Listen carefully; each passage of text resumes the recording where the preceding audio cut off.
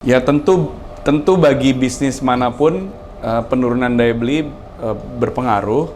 Namun Indonesia ini negara yang potensinya jauh lebih besar daripada yang sudah kita nikmati saat ini. Jadi masih lebih besar lagi ada peluang? Masih besar sekali peluang di Indonesia.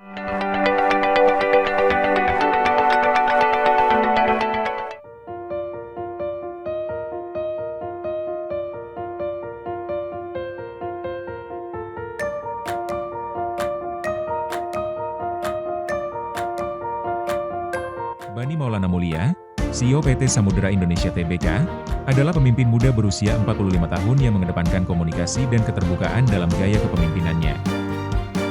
Bani adalah anak dari pasangan Chandralekha Masli Mulia, dengan Chandralekha sebagai putri bungsu dari Soedarpo Sastro Satomo, seorang konglomerat pada zaman Hindia Belanda. Sejak usia 29 tahun, Bani sudah diminta oleh ayahnya untuk terjun langsung mengelola bisnis. Dalam membangun Samudera Indonesia, Bani menjunjung tinggi profesionalitas, meskipun ada anggota keluarga dalam perusahaan. Saat ini, Bani memiliki sekitar 7.000 karyawan dan mengelola aset PT Samudera Indonesia, SMDR, pada kuartal 1 2025 mencapai 1,3 miliar AS dolar. Jumlah kapal SMDR mencapai 120 kapal. Aziz Husaini, jurnalis konten, mewawancarai Bani Maulana Mulia CEO Samudera Indonesia untuk mengetahui lebih lanjut tentang ekspansi dan gaya kepemimpinan. Halo Kontaners, kembali bersama saya Aziz Husaini. Kali ini kita akan masuk program Executive Insight. Saya sudah berada di kapal Sinar Pajajaran. Ini milik Samudera Indonesia. Di samping saya sudah ada CEO dari Samudera Indonesia, Pak Bani. Apa kabar Pak Bani? Alhamdulillah baik. Ini saya baru pertama kali nih spesial kita interview di atas kapal. Ini diajak sama Pak Bani dan kita udah ngelihat ya Pak tadi bagaimana bongkar muat ya kan. Terus kemudian juga aktivitas dari Samudera Indonesia dan terima kasih Pak sudah mau berbincang dengan Kontan TV yang memang punya program Executive Insight. Nah, Pak Bani, kan Pak Bani sudah memimpin perusahaan Samudera Indonesia ini, yang tentu saja armadanya sudah banyak Pak ya. Nah, bagaimana Pak ketika kepemimpinan Bapak kira-kira sudah puas belum dengan pencapaian bisnis Pak dari Samudera Indonesia? Ya, bukan puas tapi bersyukur. Ya, kalau bersyukur kita selalu bersyukur bahwa alhamdulillah pencapaian bisnis tetap baik, tapi tentu baik itu bisa lebih baik lagi. Nah, jadi kalau pencapaian bisnis sih biasa aja ya. Setiap tahun tuh ada fluktuasi, bisa berubah-ubah gitu. Tapi kami bersyukur bahwa selain pencapaian bisnis, kondisi perusahaan, kesehatan, kemudian kondisi karyawan, kualitas sumber daya manusia terutama, selain mungkin juga kualitas kapal, kondisi pelabuhan itu kita selalu perbaiki terus, tingkatkan menjadi lebih baik. Nah, oleh karena itu kita bersyukur. Jadi kira-kira memang ekspektasi Bapak itu sebenarnya sudah terlampaui Pak ya, seperti itu Pak ya? Atau masih harus ada yang di-improve Pak? Kadang-kadang ada ekspektasi yang terlampaui, tapi biasanya ekspektasi saya tinggi banget. Oh, tinggi banget ya? Jadi kalaupun nggak nyampe, tapi kita tetap bersyukur gitu. Biasanya ekspektasi lebih tinggi daripada hasil. Daripada hasil ya Pak. Yeah. Nah, soal apa Pak, cara Bapak Pak memimpin tim, itu bisa diceritakan Pak. Bapak ini kan masih muda gitu ya Pak ya. Nah, karyawan ini mungkin ada yang senior Pak. Yeah. Kemudian juga ada yang menengah, ada yang Gen Z juga nih, sekarang banyak Gen Z. Nah, bisa diceritakan Pak, bagaimana membangun tim yang usianya itu berbeda-beda Pak? Ya, sekarang mah saya udah nggak muda lagi ya. Okay. Maksudnya, tapi saya memang mulai kerjakan dulu masih lebih muda lagi, lebih muda. Dan saya pernah menjadi pemimpin meskipun masih kepala 2 waktu itu, sekarang mah udah kepala 4. Ya, jadi kan? waktu itu Bapak memimpin Samudera Indonesia? Enggak, saya sudah masuk maksudnya? Sudah masuk, Okay. tapi pertama kali jadi direktur di grup gitu ya, itu umurnya 29. 29 tahun? Ya, 29, kalau sekarang udah 45, jadi udah udah nggak muda lagi. Tapi dulu bedanya waktu saya awal kerja dan kemudian masuk ke tim manajemen, tentu udah terbiasa menjadi anak yang paling muda. Dan karena saya dididik untuk selalu menghargai semua orang, terutama bahkan yang lebih tua, gitu ya. Jadi biasa aja. Saya sampai hari ini sudah terbiasa seperti itu, gitu, bahwa saya tidak melihat umurnya, apakah lebih muda, lebih tua, tentu saya menghargai dan saya bisa belajar dari semuanya, gitu. Jadi ya, alhamdulillah, buat saya tidak susah untuk bekerja dengan semua rekan yang umurnya ada yang lebih muda, ada yang lebih tua. Jadi artinya sebenarnya semua saling melengkapi. Jadi justru bagus bahwa tim itu jangan muda semua, jangan tua semua, tapi memang saling melengkapi, gitu. Sekarang berapa Pak karyawan di Samudra Indonesia Group? 7.000-an sekitar. 7.000 Pak? Iya, 7.000-an. Nah, dalam memimpin tim, Bapak itu kan nggak mungkin ketemu setiap ini ya, anak usaha dan segala macam. Itu cara Bapak untuk bisa in touch dengan karyawan itu seperti apa ya? Ya, saya tidak pernah membatasi sih. Saya bisa ketemu sama semua. Saya tidak pernah nggak pernah melarang, atau saya tidak birokratis dalam kalau ketemu. Ya, kita kan memang bukan birokrat, kita memang swasta, jadi bebas. Memang yang membatasi itu kesibukan. Tapi kalau bisa, memang sebisa mungkin saya harus kenal sama teman-teman di Samudra, karena memang itu mereka lah aset paling penting. Dan kan harus bisa berkomunikasi, gitu. Dengan kapal pun kita kan mencoba mengerti kapal, maksudnya mesinnya gimana, peralatannya gimana, kondisi bagaimana, kan ada indikasi-indikasi. Monitor-monitor ini kan memberikan informasi, jadi seperti berbicara. Mungkin kalau besok-besok dikasih suara udah kayak robot yang ngomong sendiri, gitu ya. Tapi kalau manusia itu kan justru lebih penting dari kapal, harusnya berkomunikasi. Jadi kalau cuman ada karyawan 7.000 tidak berkomunikasi dan saya nggak mendapatkan feedback dari teman-teman, itu rugi banget atau bahkan sangat salah, gitu. Salah, ya. Saya jadi nggak bisa ini. Ini di perusahaan keluarga, Bapak sudah generasi ketiga. Nah, tantangannya di generasi ketiga apa Pak? Bisnis di Samudra Indonesia. Sebenarnya sih kita ini bukan perusahaan keluarga sebenarnya. Sebenarnya memang dimiliki oleh atau didirikan dan masih dikendalikan oleh keluarga. Tapi sejak awal pendirinya almarhum Pak Sudarpo itu memang menjalankan perusahaan itu tidak seperti family business, tapi dengan profesional. Kepemilikannya memang keluarga, tapi manajemennya dan pengelolaannya itu semua sudah terbiasa profesional. Jadi kami pun yang bekerja, saya pun ataupun juga ada beberapa anggota keluarga yang ikut di dalam Samudra, ya kita bertindak profesional. Jadi kalau di kantor topinya sesuai porsi dan peranan masing-masing di kantor, kalau di rumah baru jadi keluarga. Jadi keluarga gitu. Iya, jadi nggak kecampur aduk, gitu. Jadi kalau mau negor salah satu anggota keluarga di itu nggak apa-apa ya, tegur aja kalau misalnya salah gitu. Iya, atau minta tolong orang lain aja yang negor ya. Nah, kalau di perusahaan Samudra Indonesia Group berarti kan ada anggota keluarga. Nah, ada, ya. Itu bagaimana cara profesional Bapak itu memimpin yang kebetulan ada anggota keluarga juga? Jangankan anggota keluarga saya, keluarganya karyawan saling ada di antara mereka. Ada karyawan yang kakak beradik satu perusahaan, ada yang suami istri satu perusahaan, ada yang ketemu jodoh di satu kantor, gitu kan? Ada ya, gitu. Ada banyak. Jadi biasa aja, dan artinya saya sendiri kebetulan yang sekarang sedang memimpin memberikan contoh bahwa hubungan kekeluargaan dan hubungan profesional itu harus bisa dijaga proporsional.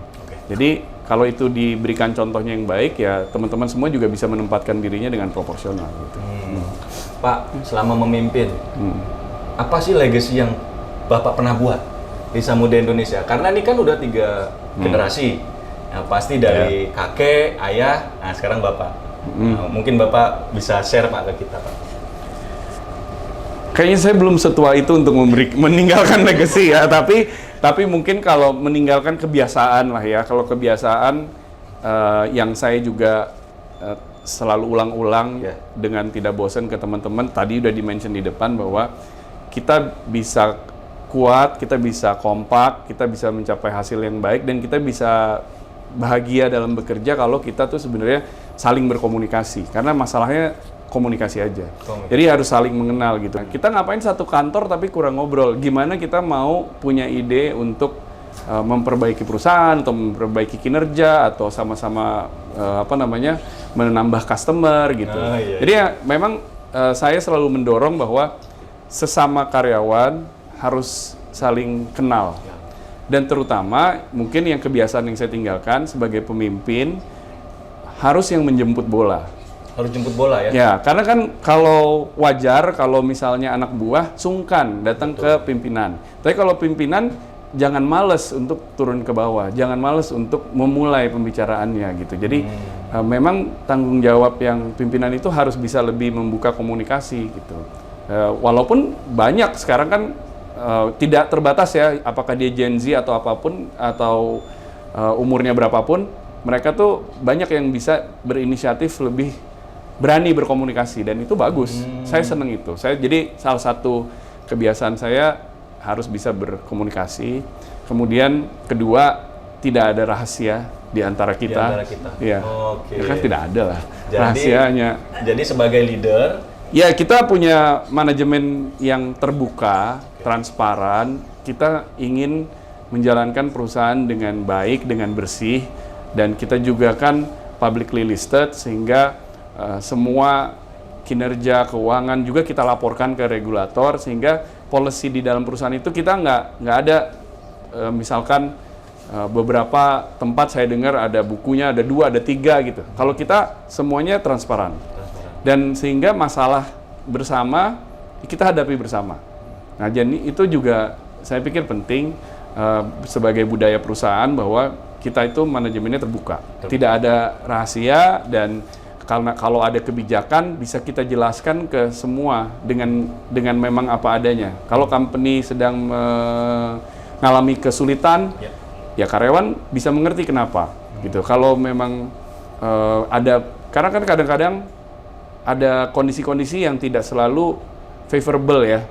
Kadang-kadang mungkin ya wajar dalam hidup, kadang-kadang perusahaan harus melakukan misalkan pengurangan atau PHK atau penghematan atau penambahan. Semuanya kalau terbuka menurut saya menjadi menghilangkan hambatan, menghilangkan prasangka. Sebagian besar dari prasangka adalah dosa. Pak, sebagai market leader, Pak, itu mencapai menjadi market leader itu sulit nggak sih, Pak?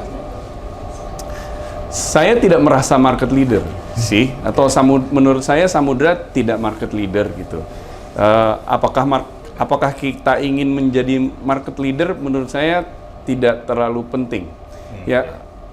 Itu kan cuman persepsi, dan itu kan cuman peringkat-peringkat aja. Untuk apa kita berperingkat kalau kita tidak sehat dan tidak bahagia? Jadi yang paling penting sebenarnya kerja kita benar apa enggak, kerja kita bersih apa enggak, kita bahagia apa enggak dalam bekerja, dan hasilnya itu punya kontribusi positif atau tidak.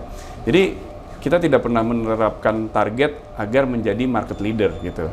Ya nggak apa-apa, banyak kok perusahaan lain lebih besar dari kita. Yang penting kita harus lebih sehat dan bahagia.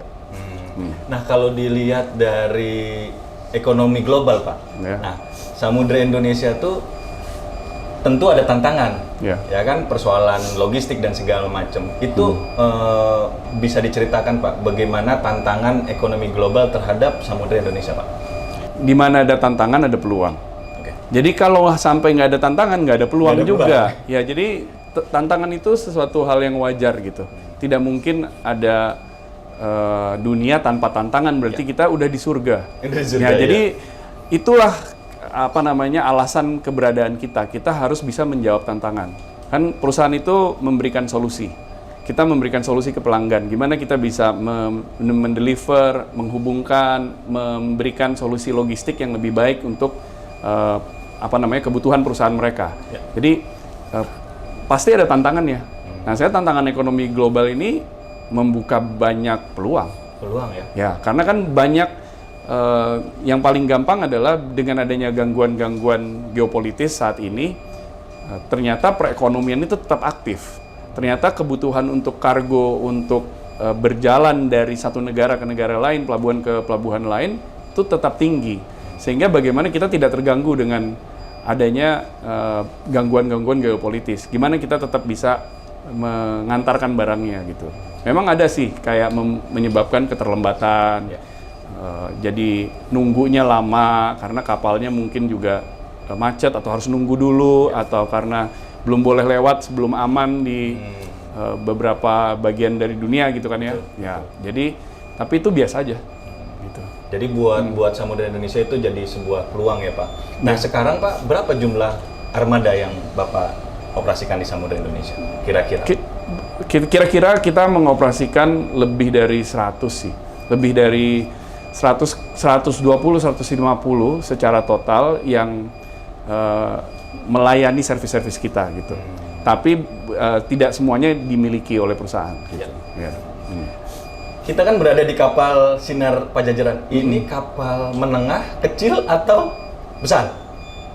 Atau ada yang lebih besar lagi sebenarnya yang dioperasikan oleh Samudra Indonesia? Iya, ini relatively kecil. Ya, relatively kecil. Relatively kecil. Ya, kecil. Lebih banyak, ada kapal yang lebih besar, ada sih kapal lebih kecil juga, tapi ini relatively kategorinya agak kecil. Tadi kan kita bicara soal armada ya. Ya, armada ya. Tahun ini Pak, proyeksinya seperti apa Pak bisnis Samudra Indonesia? Ya, alhamdulillah so far kita udah setengah tahun. Ya. Posisinya tahun ini melebihi ekspektasi kalau setengah tahun ini. Jadi artinya kami sangat-sangat bersyukur dengan hasil setengah tahun ini karena perencanaan dengan kondisi global dan nasional juga seharusnya kita sudah mengelola ekspektasi agak rendah, tapi ternyata hasilnya lebih baik. Lebih baik. Ya, jadi kita belum tahu. Berarti ada strateginya dong. Ya. Strategi apa? Strategi dari kok bisa mencapai ekspektasi lebih tinggi. Ya, Nah, karena kira-kira seperti apa strateginya Bapak? Ya karena kita harus selalu berpikir positif dan bertindak positif dan itu yang bisa membuat kita mengelola tantangan apapun dalam kondisi bisnis Kondisi gitu ya. bisnis yang seperti ini Pak ya. Ya, jadi walaupun misalnya ada masalah di rute tertentu langsung tutup semua servis kan nggak gitu. Kita tetap kaji resikonya seperti apa dan kita lakukan prosedur-prosedur assessment risiko.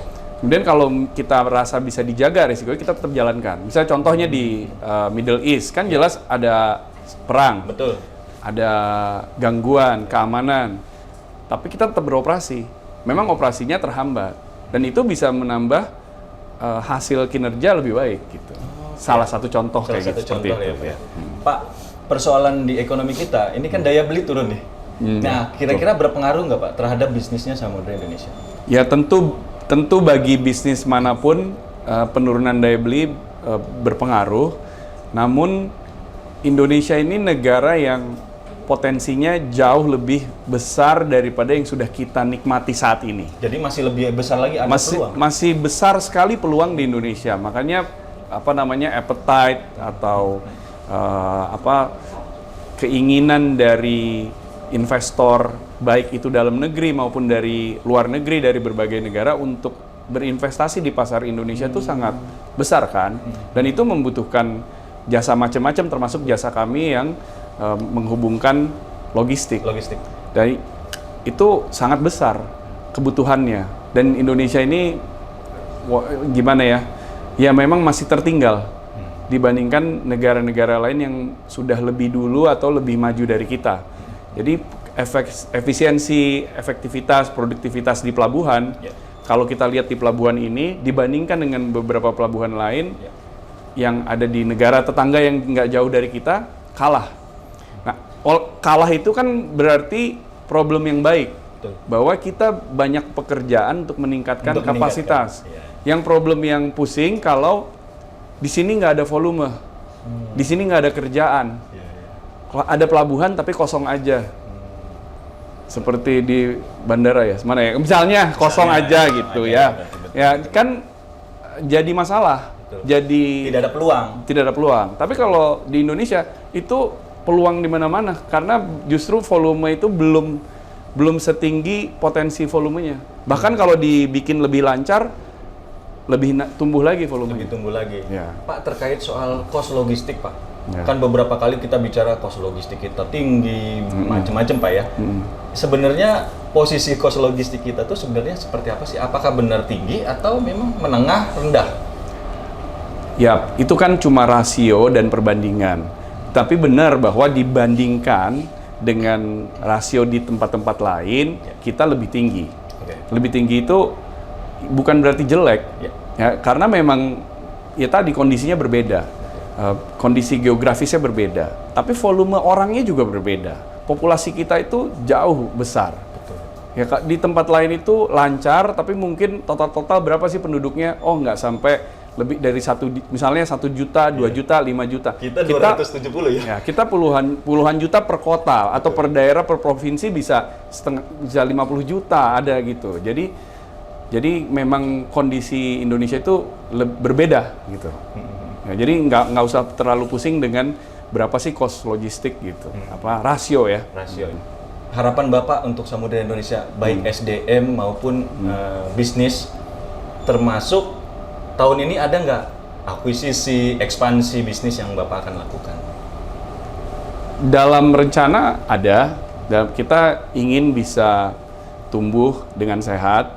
Secara organik kita terus melakukan inisiatif untuk bertumbuh, tapi secara anorganik melalui kemitraan ataupun partnership itu juga kita kejar. Ada di beberapa tempat memang kita lebih senang kalau kita kemudian melakukan akuisisi misalnya atau joint venture sehingga tidak mulai dari nol. Kita kan tadi saya bilang kita tuh ketinggalan. Jadi kalau kita bisa mulai lebih cepat sambil lari, ya why not? Jadi ada beberapa rencana untuk melakukan akuisisi ataupun kemitraan dengan mitra-mitra yang lain. Ya.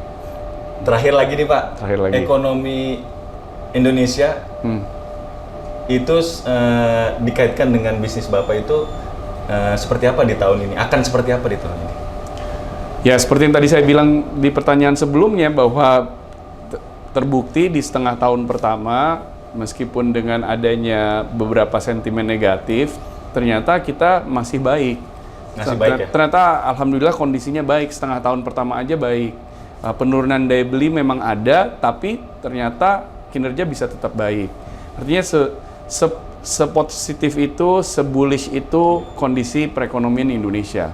Ya kalau mau dibandingkan, kasih gambaran yang paling ekstrim. Pada saat COVID saja, perekonomian kita alhamdulillah baik kan, ya kan. Maksudnya adalah beberapa industri yang suffer, tapi secara total masyarakat di saat COVID itu Indonesia tuh relatively baik. Daya beli tetap tinggi, bahkan mungkin belanja misalkan online pun juga pada saat itu lebih tinggi. Artinya kan perekonomian kita kuat, masyarakat kita itu kuat gitu, kondisi perekonomiannya. Jadi ya sangat wajar untuk siapapun yang melihat Indonesia itu adalah pasar yang sangat bullish dan menarik. Jadi sebagai CEO tuh optimis lah Pak ya, terhadap ekonomi kita di tahun ini. Banget. Ya? Banget Pak ya. Banget. Oke, baik Kontainers, kita sudah berbincang banyak dengan Pak Bani, terutama soal bisnis dari Samudera Indonesia dan leadership beliau, karena memang termasuk masih muda Pak Bani, tidak tua-tua banget, jadi beliau masih bisa ngedrive teman-teman karyawan di bawahnya untuk bisa saling terbuka dan berkomunikasi satu sama lain agar bisnis Samudera Indonesia bisa lebih maju di tahun-tahun berikutnya. Baik Pak Bani, terima kasih sudah bisa berbincang dengan Kontan TV. Mudah-mudahan kita bisa bertemu lagi Pak.